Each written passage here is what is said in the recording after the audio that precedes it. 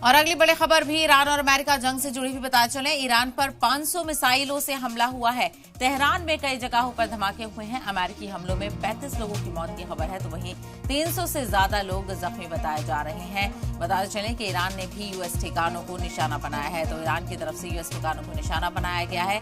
इसके अलावा America Iran पर लगातार कशीदगी बढ़ रही है। ईरान पर 500 मिसाइलों से हमला हुआ है। तेहरान में कई धमाके हुए हैं और कई जगहों पर धमाकों की आवाजें सुनी गई हैं और अमेरिकी हमलों में 35 लोगों की मौत की खबर है, तो वहीं 300 से ज्यादा जख्मी बताए जा रहे हैं। ईरान ने भी यूएस ठिकानों को निशाना बनाने की बात कही है, तो यूएस ठिकानों को निशाना बनाने की बात कही जा रही है और लगातार हमलों का दौर जारी है।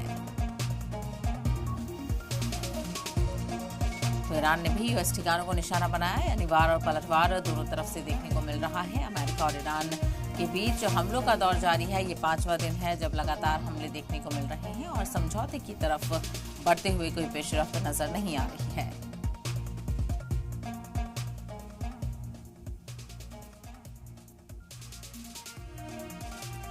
मिडिल ईस्ट में जंग अब और ज्यादा संगीन होती जा रही है। अमेरिका के ताजा हमलों के बाद ईरान ने जवाबी कार्रवाई का दायरा बढ़ा दिया है। ईरान ने बहरीन, जॉर्डन और कुवैत में अमेरिकी ठिकानों को निशाना बनाने का दावा किया है, जबकि ट्रंप ने तेहरान को नई धमकी देते हुए कहा है कि अगर समझौता नहीं हुआ तो हमले और तेज होंगे। हॉर्मुज़, मिसाइलें, ड्रोन और धमकियों के बीच पूरा इलाका एक बड़े टकराव की तरफ बढ़ता हुआ दिखाई दे रहा है। रिपोर्ट देखिए।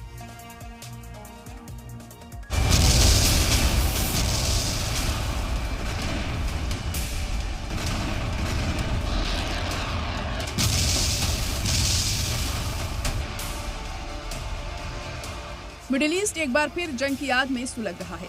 ईरान ने अमेरिका के ताजा हमलों का जवाब देते हुए पूरे खित्ते में अपनी जवाबी कार्रवाई तेज कर दी है। इस्लामी इंकलाबी गार्ड यानी IRGC ने दावा किया है कि उसने बहरीन, जॉर्डन और कुवैत में मौजूद अमेरिकी फौजी ठिकानों और लॉजिस्टिक मराकज को ड्रोन और मिसाइलों से निशाना बनाया है। ईरान का कहना है कि जब तक अमेरिका अपनी जारहाना कार्रवाई बंद नहीं करता, जवाबी हमले जारी रहेंगे और हुर्मुज़ बंद रहेगा।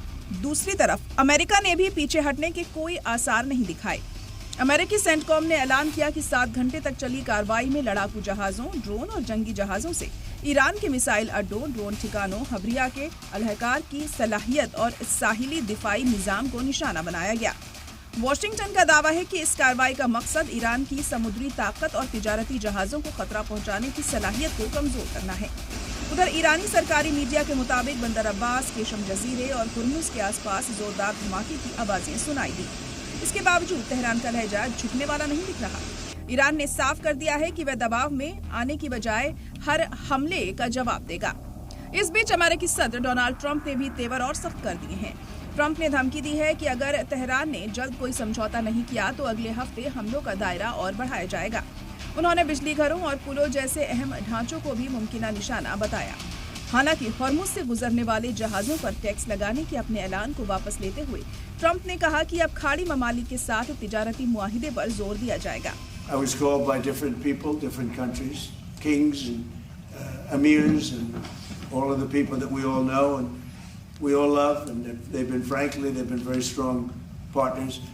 And they said, we'd love to do it a different way. We'd love to invest in the United States with billions and billions of dollars and continue our record setting, because there's never been a time like this with the United States, with the factories, with the plants, with everything else. And we would like to invest tremendously in the United States as opposed to charging a fee. Iran ने इस पर भी सख्त एतराज जताया है। Iran के नायब वजीर खारिजा काजिम गरीबाबादी का कहना है कि अमेरिकी कदम ने इस्लामाबाद मेमोरेंडम को अमली तौर पर बेअसर कर दिया है। वहीं ईरान के सदर मसूद पेजेश्कियन ने अमेरिकी सदर डोनाल्ड ट्रंप के बयानों पर तीखा तबसरा किया है। बोले उनकी खोखली बयानबाजी का जवाब कार्रवाई से दिया जाएगा। पेजेश्कियन ने साफ किया कि ईरान अपनी खुद मुख्तारी और मुल्क की एक-एक इंच जमीन की सिक्योरिटी के लिए पूरी तरह पुरज़्म है।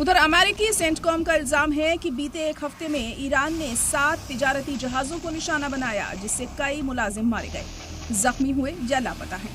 इंटरनेशनल मैरीटाइम ऑर्गेनाइजेशन के मुताबिक हॉर्मुज़ में 2 जहाजों पर हमले में 2 लोगों की मौत हुई। जबकि कुवैत ने भी दावा किया है कि ईरानी मिसाइल और ड्रोन हमले में उसके एक बहरिया जहाज को नुकसान पहुंचा और 4 मुलाजिम जख्मी हुए।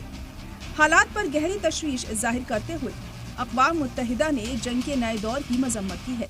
यूएन का कहना है कि बढ़ती लड़ाई सिर्फ मिडिल ईस्ट ही नहीं बल्कि पूरी दुनिया के अमन, तिजारत और आम शहरी जिंदगी के लिए एक बड़ा खतरा बनती जा रही है। ब्यूरो रिपोर्ट, सलाम टीवी।